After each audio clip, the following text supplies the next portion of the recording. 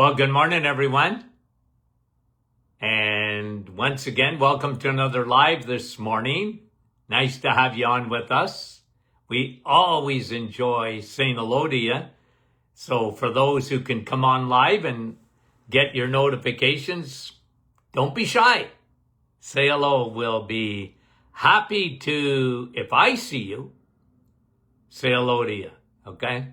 There you go, Andrea. I don't know why you're always number one these days, but you are.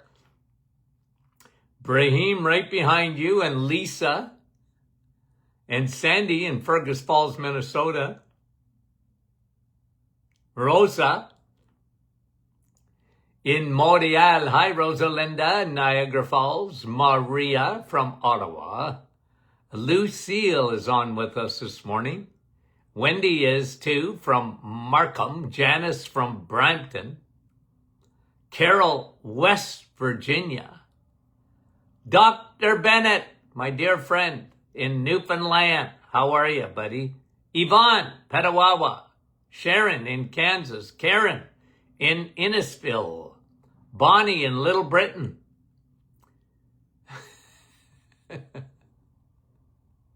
Vince, how are you? Nativity. Dan, nice to have you on this morning. Hi, Gary from Bolton. Eileen is on from Brampton, Ontario. Georgie, Halifax, Nova Scotia. Sandy in Vancouver, Washington. Melika in Stouffville. Carol in Moncton, New Brunswick. Lily in Cochrane, Ontario. Fran, Orangeville. Sharon, Kansas. Lorraine, British Columbia. Will that be bright and early this morning? And Frida and Myrtle. How are you? Nativity. Yeah, it's cold here this morning, Northern Ontario. Catherine, Newfoundland. Diane in Peterborough. Cecilia on Manitoulin Island. Oh, beautiful place. Gail, Mount Pearl.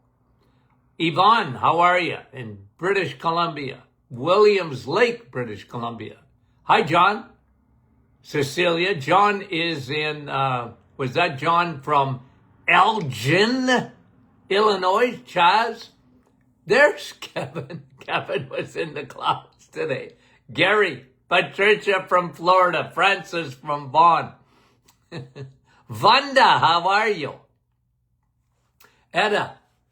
Okay, we got quite a few studies I want to look at. Hi, Karen. Cheryl in West Virginia. Barishan. Bonjour. Karen. Kincardine. Patricia. Love you too. Sandra. Brampton. Rita. Hi, Rita. And, yeah, Andrea was saying, where's Kevin? Well, he came on. Dave. Carol in Mount Pearl, Newfoundland. Nellie, nice to have you on. Okay, now, listen to this, okay? This is kind of interesting. It's not really a study. It's just, it was a paper written, an article written. It takes 17 years, okay? Now listen to this, okay? 17 years on average. For medical evidence can take 17 years to change everyday clinical practice. 17 years. So, for example, for doctors, let's say they got the memo, okay, that all along, they've been sort of duped about cholesterol. By the time that filters down to a medical practice, it takes 17 years.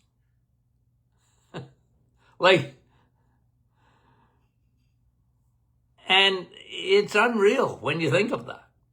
Okay?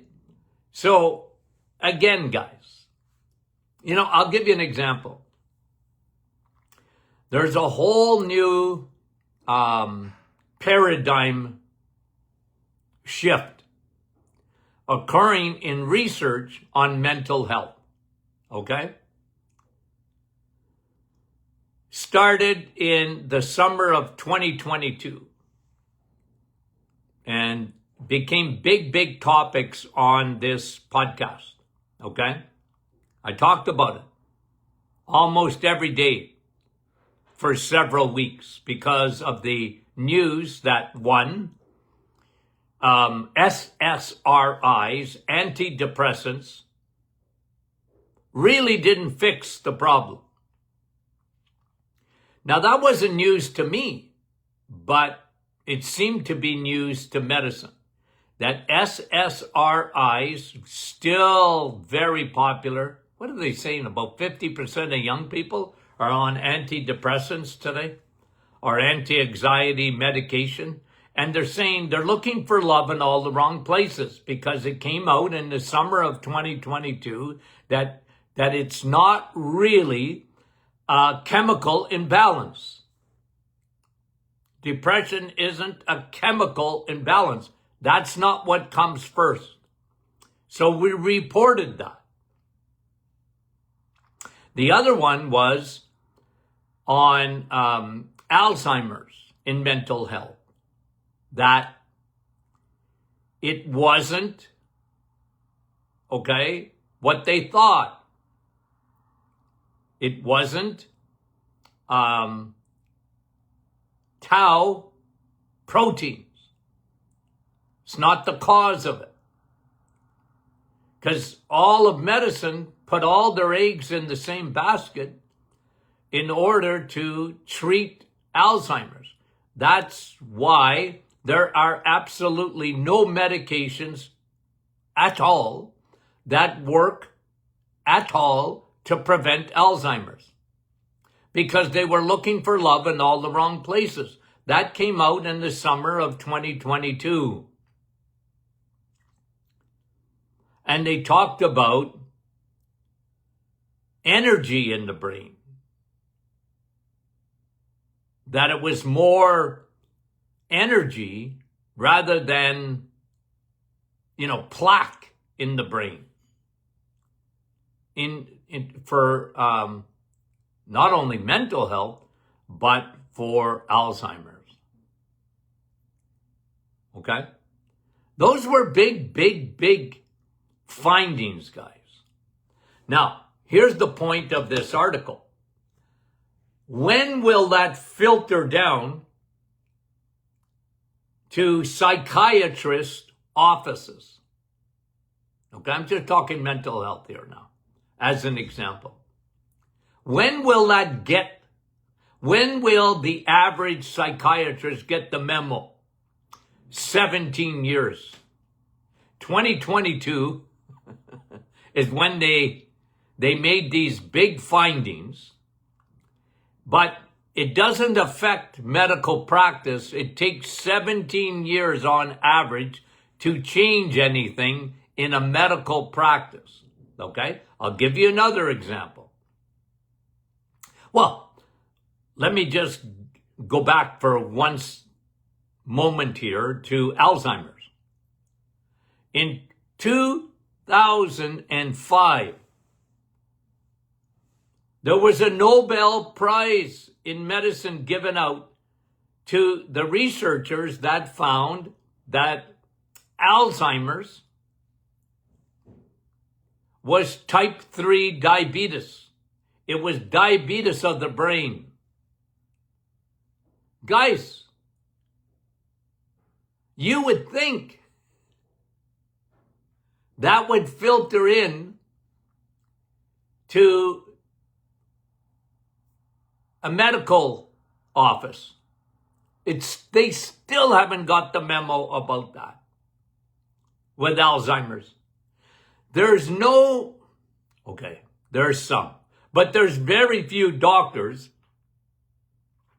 medical doctors, talking about food and Alzheimer's. They're not talking about it. They don't practice it in their practice. Even though a Nobel Prize in medicine was given out in 2005. 2005. Well, holy smokes. That was 21 years ago. It still hasn't got to the average medical clinic, guys. You know more about it than your family doctor knows about type 3 diabetes, Alzheimer's. It's a fuel problem. It's the brain swimming in sugar.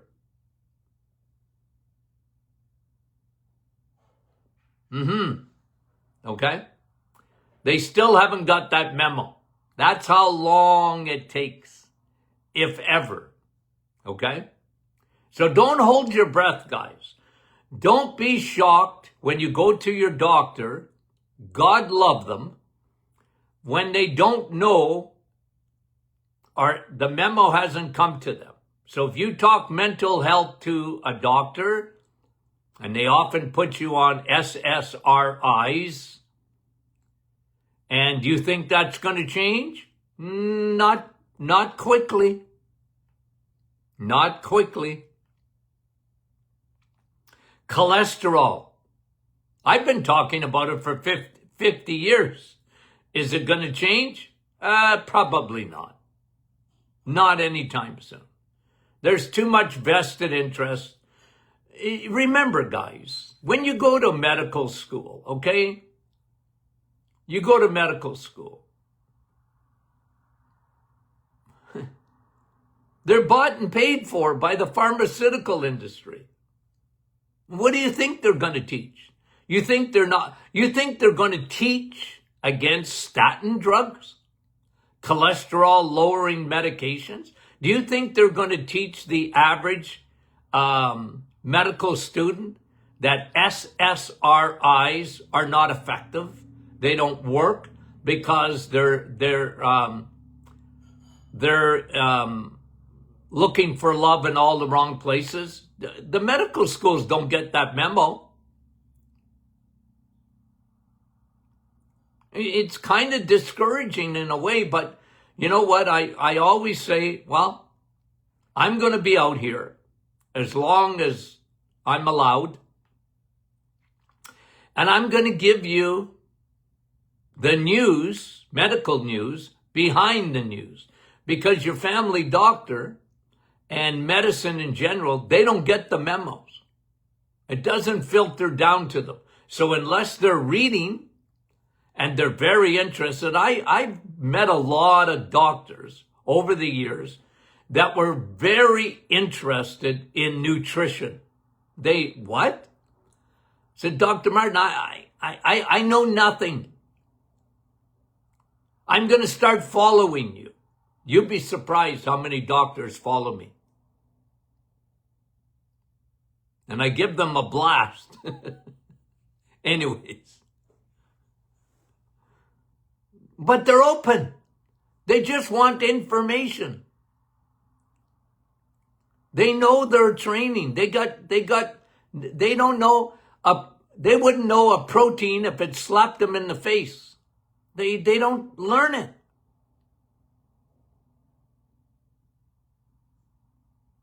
They don't know anything about supplements.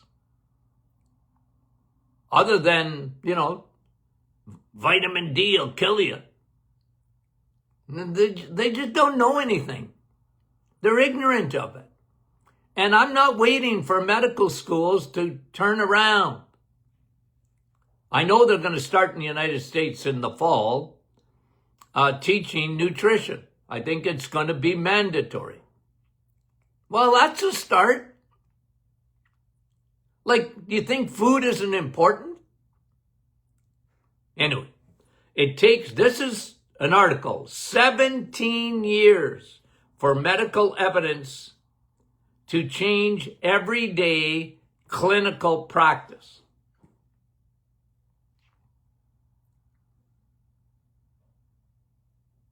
Yeah. Do you think they'll get the memo on insulin resistance being at the root of heart disease and kidney disease and cancer and Alzheimer's? And diabetes. They still don't even really preach.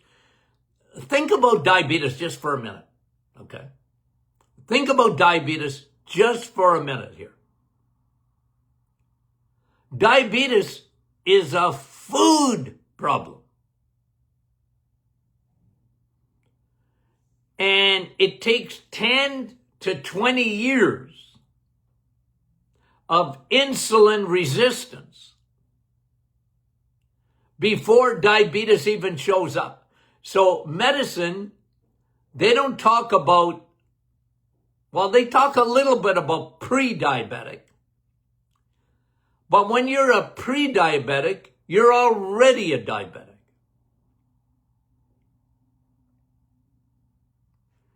See, the lab has hijacked medicine. So physicians are trained to look at numbers. And that's all right in a way. But by the time you're a diabetic and it actually comes back, I used to do this with patients all the time. They would come to see me and I'd turn to them, "You're a diabetic." And they looked at me like I had two heads. I said, "Well, you're a diabetic." I liked the urine test even before I liked the blood test. Because urine don't lie when it comes to that. You're peeing out sugar, you're a diabetic. And anyway, I said, "Well, you've been going this way." I said, two things for sure. For sure. One, you've had this for at least 10 years where it was coming. You were on the Titanic and nobody told you. One. I said, secondly, you got a food problem because you have an allergy to carbohydrates. You and carbs don't get along. And I can tell you, because of your blood work and your urine, you're a carboholic. And then I would get the argument, "Not me." I said, "Yeah, you."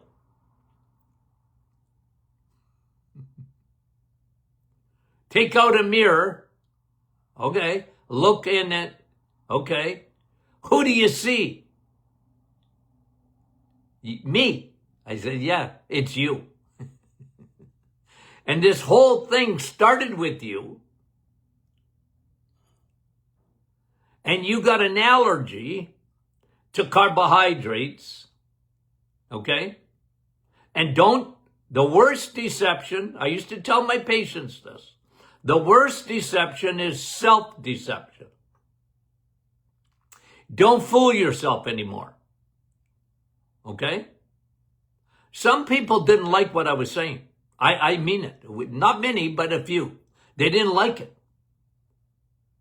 They walked out of my clinic, and that Dr. Martin, he's a quack. Why? Because I told you the truth? There's a verse in Galatians 4:16. You know what it says? "Have I become your enemy because I told you the truth?" I'm your enemy now? You didn't like what I had to say? I'm trying to help you. You're a carboholic. Stop it. Otherwise, you already hit the iceberg. You're in deep doo-doo. If you have diabetes, there's no cure for diabetes. Except from food. Any medication you take, that's not going to fix your diabetes. It's a Band-Aid.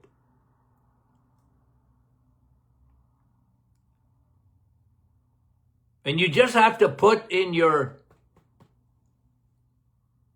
We used to say it in French, cocombe there, your cucumber up there, okay? You have to put it in your craw that you don't get along with carbs anymore. Okay? Now, where in medicine are you ever going to hear that? What family doctor will tell you that? What endocrinologist will tell you that? Nope, it's all treatment. You're diabetic now. You need to take metformin. You need to be on medications. And we're going to put you on a statin drug too, because you're a diabetic and you're going to be at much more risk of a heart disease. That's true. You're much more risk of heart disease. Statin drug ain't going to help you. But anyway, see what I mean, guys? That's what this article, I had to stop. I read it and I knew it already, but I said they actually put it in years. They put it in years it takes to change a clinical practice of a physician.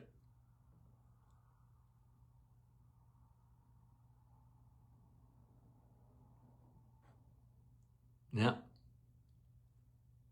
See, guys, you know more. You know better. Look, food doesn't cure everything, okay? It don't. But holy smokes, is it not important? Is it not at least important? And when it comes to diabetes, look, type 1 is different because it's autoimmune. The pancreas is not even working. Their insulin doesn't work. At the end of the day, though, they gotta eat differently. Okay? But that's autoimmune. I want to get into that. I don't know. We won't have time today. A new study on autoimmune. Fascinating. Fascinating. Okay? But I get revved up, guys. I get revved up because this is so important. Don't wait for your doctor to get the memo. The memo to get down to medical practice in order for them to change anything takes 17 years. And like I say, for type 3 diabetes, which is Alzheimer's, they still haven't got the memo. 2005, Nobel Prize in medicine. It still hasn't filtered down to your family doctor. It hasn't filtered down to any physician that is treating dementia, Alzheimer's. They haven't got that information.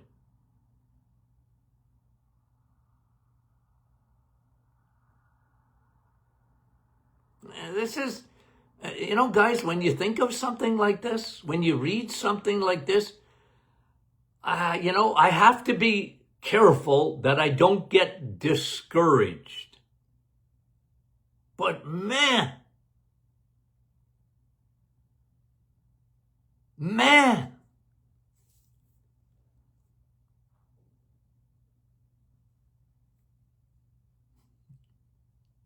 it's almost takes your breath away, right?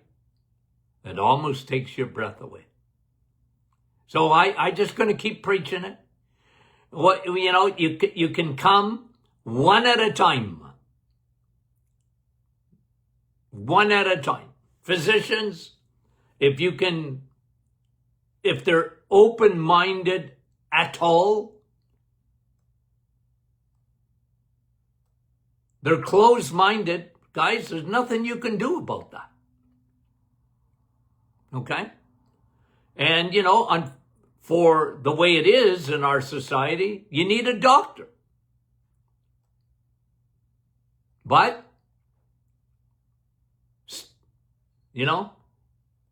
study.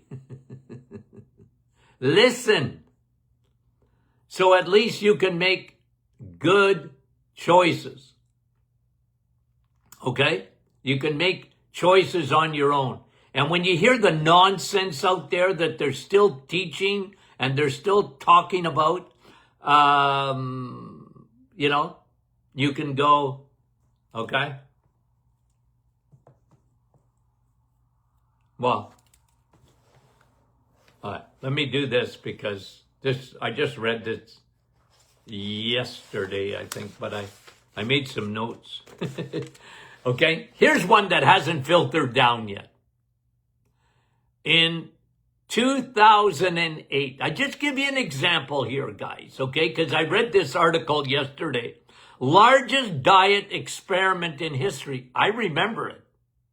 I was in the radio business when this study came out in 2008. I had my own radio show. The Doctor is In.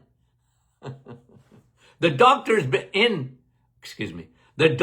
is In has been around for a long time. Okay? I had a syndicated radio show. I talked about this study in 2008 and I forgot about it until I reread it yesterday. Here it is. Largest diet experiment in history occurred in 2008. 48,000 women were put on a low-fat diet.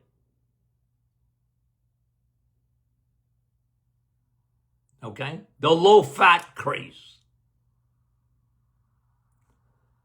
Less fat, lots of grains, okay? Lots of fruits and vegetables, published in the Journal of American Medical Association. What did I say, 2008? It was 2006, sorry. Okay? I was in the radio business. It did nothing. Low fat. It did nothing except make them sicker. There was, in this group, more heart disease.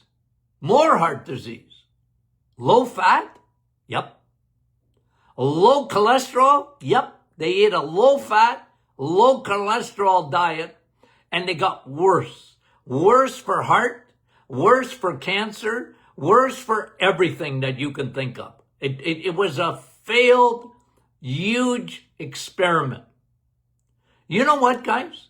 That still hasn't filtered down to doctors' offices.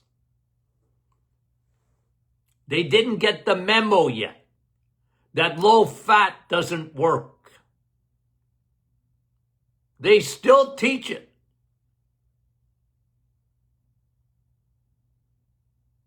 Yeah. I reread this yesterday. I had a migraine for a while. You know, when I say migraine, it's because, well, I get a real migraine because it blows my head off. I go, oh. But it just, isn't it amazing? On the same day, I read this other article, and it takes 17 years on average to change anything in medicine. Yikes. That was 2006. That's 20 years, hasn't filtered down yet.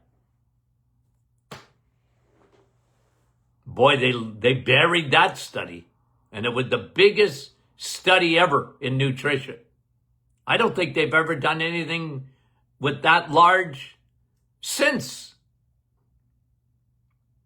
Anyway, I got a lot of real good study on autoimmune. Let's do that tomorrow, okay? Really interesting. Okay. Okay, guys. Thank you for coming on live when you can. Okay. Remember, these are all turned into podcasts. Go on your smart device. Okay. Go to the Doctor Is In podcast. Okay. And let me see. Let me show it to you. Okay. See if I'm on here. Yeah. One of the most, okay. All right. So I'm going to show it to you on my other device. You go to that. Okay. This is on my iPad. Okay. See that? See the Doctor Is In there? Okay. You go on your smart device and they're all numbered with a title. You can re-listen to these. And when you're there, would you give us a little love? Like, give us a 5-star rating. I'll tell you what that does, okay? It's algorithms, how things operate online. And when you say you like it, they like it even more. Spotify or whatever, okay? Guys, you know what I know? I know nothing. I just show up during the day. Okay. But go and you can re-listen to these. Okay? You can re-listen to them. And they're titled. I'm going to start emphasizing some of them, okay, that you can actually go to. But you can show your friends, go listen to the one on cholesterol. Go listen to this one. It'll be out in a few days. Takes 17 years for medical evidence to get to the average doctor's office. That is this, you know what I mean, guys? That's what you can do. Okay, what is Friday? It's Q&A. Always popular. Always popular. So Q&A is on Friday. Okay. Okay, I promise to breathe now. Okay, we love you. Talk to you soon.